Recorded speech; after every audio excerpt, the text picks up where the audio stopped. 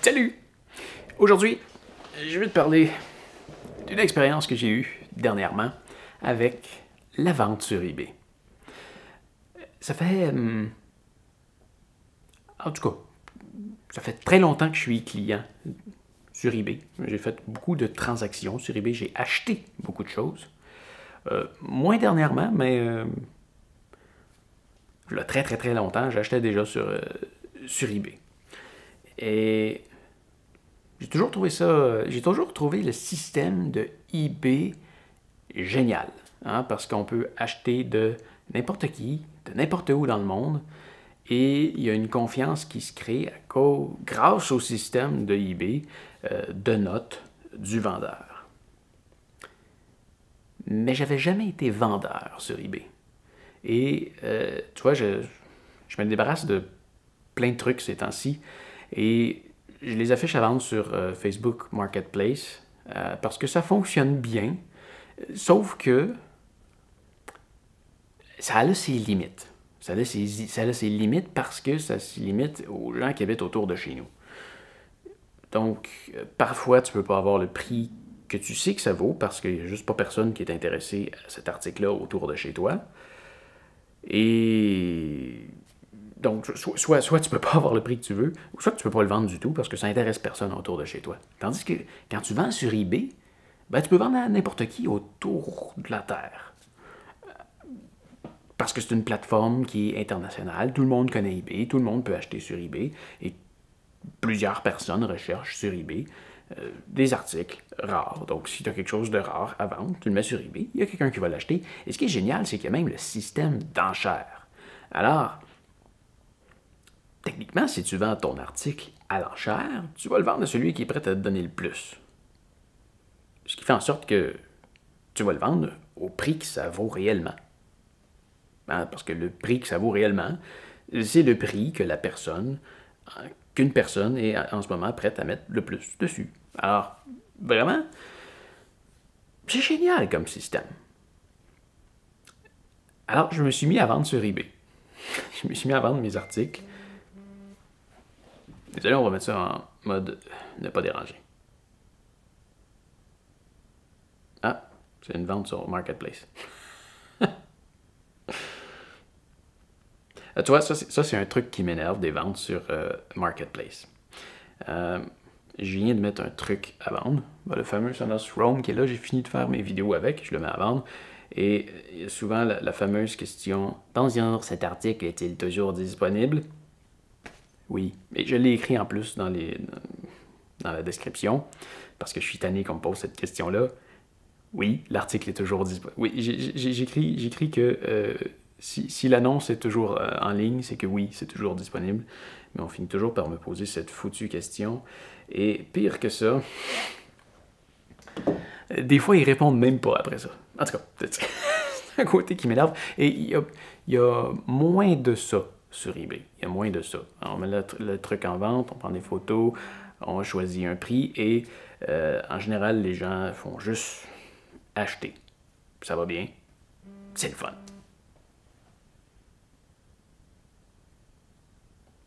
Et là, il y a quelqu'un qui, tu vois, je l'ai mis en sourdine, mais ça marche pas. Parce que ma montre, elle sonne. Mais tu vois, il y a ça. Hein, on va en parler. Il y a ça. Ce haut-parleur-là, il est neuf.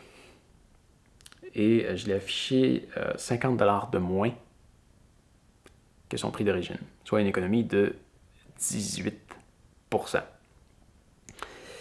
Et en fait, il voudrait l'acheter pour 125$ de moins. Alors, il est neuf. C'est non négociable. Des offres ridicules. Oh. Bon. Alors, ça par contre, il y en a pas sur eBay. En tout cas, de ce que j'ai pu avoir à date, il n'y en a pas. Il n'y en a pas.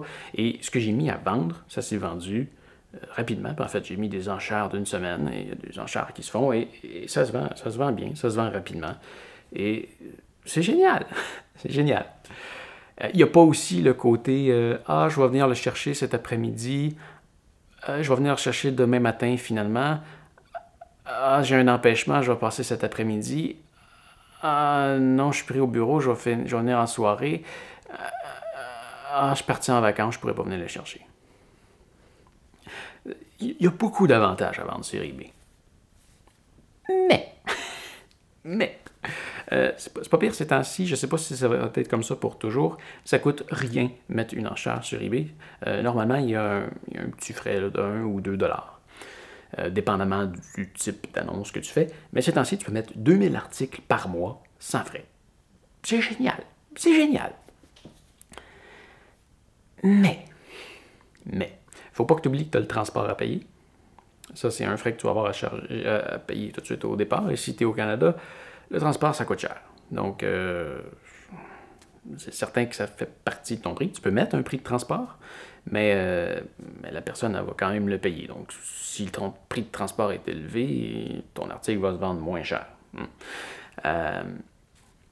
Mais bon, tu as le transport à calculer, mais ça, quand même, ça fait pas peur aux gens. Les gens payent pour le transport et voilà, c'est beau.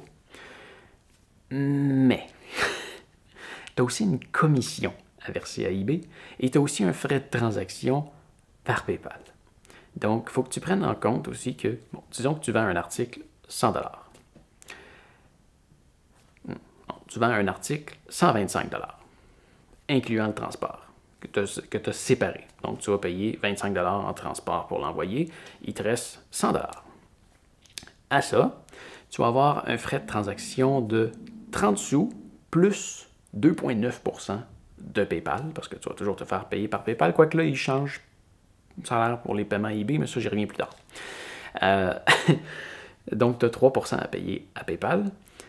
Et à la fin du mois, eBay te revient avec une belle facture qui te charge 11,5% de commission sur tes ventes. Alors, au final, c'est 15% à peu près que tu perds. Donc, sur le 100 $ qui te reste, il y a 15 $ qui s'en va, il en reste 85.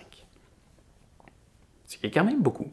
Et ils vont prendre ce que j'ai trouvé un peu cochon, c'est qu'ils vont prendre cette commission-là sur le montant le plus élevé. Donc, si ton prix de transport, je ne sais pas, par exemple, tu vends une brique. Tu vends une brique à 1 $ et elle te coûte réellement 30 $ à expédier. Ben, ils vont prendre leur commission de 11,5% sur le transport, que tu n'as pas fait d'argent avec parce que c'est de l'argent que tu as payé pour l'expédier. Alors, si réellement ça t'a coûté 30 $ l'expédier, que tu as chargé 30 $ et que tu as vendu ta brique à 1 $, ben, tu vas avoir perdu de l'argent. C'est chiant. C'est chiant. Et j'ai eu le malheur d'avoir un article qui s'est brisé dans la poste. Et c'est là que j'ai vu tout le pouvoir. C'est là que je me suis dit que... Tu sais, le côté commission et tout ça, je me suis dit, bah, c'est beau. Hein? Une fois que tu le sais. Hein, ça coûte, tu perds 15% sur ta transaction, ce qui est quand même beaucoup. Mais une fois que tu le sais, tu te dis, OK, ouais, la plateforme est bien faite, ça me permet de vendre à n'importe qui, ça vaut quelque chose. 11,5, ben 15%. 15%, c'est peut-être élevé, mais bon, c'est beau. Je suis capable de m'y faire. Par contre, là où j'ai eu mon expérience, où est-ce qu'il y a un article qui s'est brisé en chemin, eh ben, ça devient entièrement ma responsabilité en tant que vendeur. Et même si j'ai indiqué que l'article était non retournable, à ce moment-là, écoute, puis ça a été endommagé, là, mais c'est ridicule comment ça a été endommagé, c'était presque rien.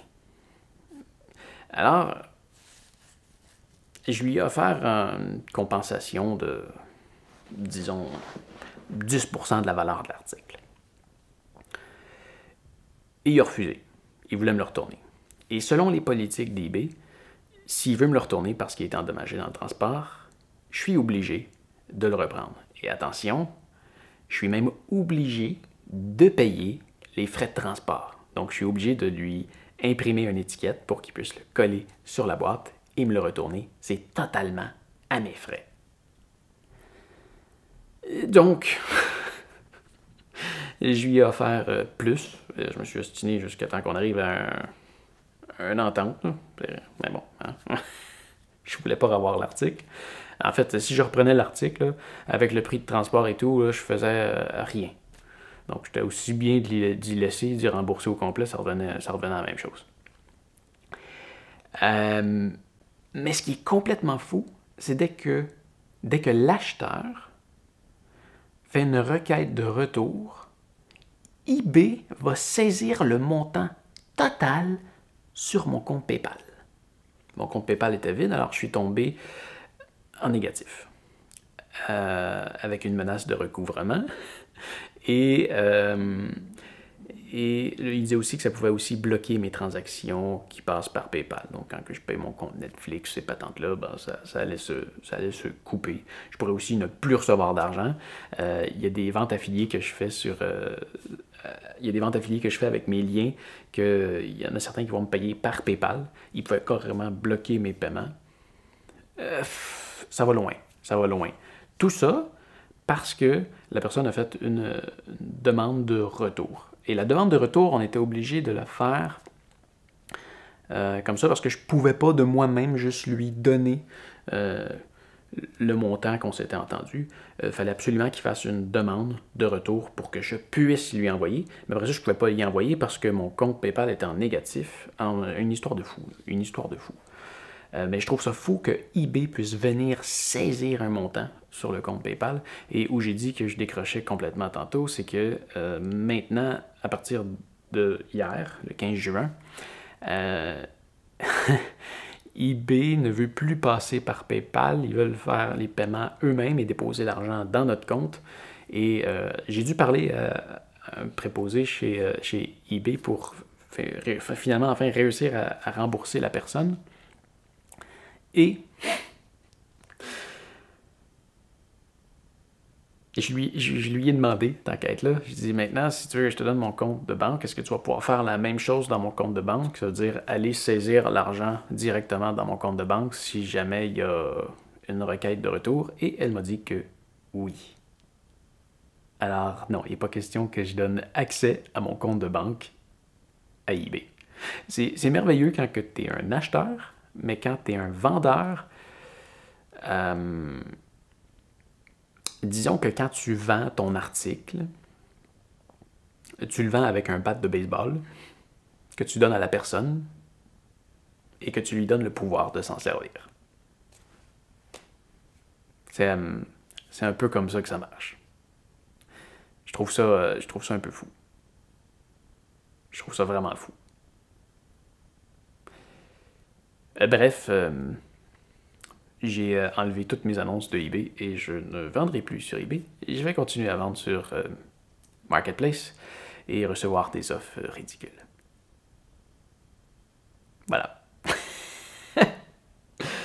As-tu autre chose à dire sur eBay? Alors eBay, ils sont bien bons pour dire protection, on protège le client et protection contre la fraude et protection contre ci, contre ça, mais eBay, dans le fond, ne paye jamais rien de tout ça. C'est facile pour eux de le garantir. Parce que s'il y a quelque chose qui ne va pas, ils vont saisir l'argent dans le compte de la personne qui l'a vendu. C'est tout. Alors finalement, c'est pas eBay qui offre la protection, c'est le vendeur. Je trouve ça chiant. C'est le même principe que les cartes de crédit. Les cartes de crédit, quand ils disent qu'ils protègent les gens des transactions, c'est pas compliqué. Quand tu dis que ça c'est pas moi qui ai fait la transaction, ben ils vont chercher l'argent dans le compte de la personne qui a reçu l'argent. Donc si par exemple tu te fais voler ta carte et qu'il y a quelqu'un qui va se réserver une nuit à l'hôtel avec et qui dort réellement là, l'hôtel donne le service et tout, il a payé par PayPass, l'hôtel ne pouvait pas vraiment savoir que c'était une carte volée, ou la personne a payé avec son NIP. Alors, tu ne donnes jamais ta carte quand tu payes avec ton NIP, donc l'hôtel ne pouvait pas savoir que c'était une carte volée. La compagnie de carte de crédit va aller saisir l'argent dans le compte de l'hôtel, et voilà, plus un frais de 25$ pour avoir accepté une carte volée. Et finalement, la compagnie de carte de crédit paye absolument rien. L'acheteur est protégé, mais c'est pas la compagnie de carte de crédit qui le rembourse, c'est l'hôtel qui s'est fait voler, en fait. C'est chiant. C'est chiant. Mais... Donc voilà, c'était mon expérience sur eBay. Et on se revoit demain pour une autre question de Dave. Allez, fais attention à toi. Salut!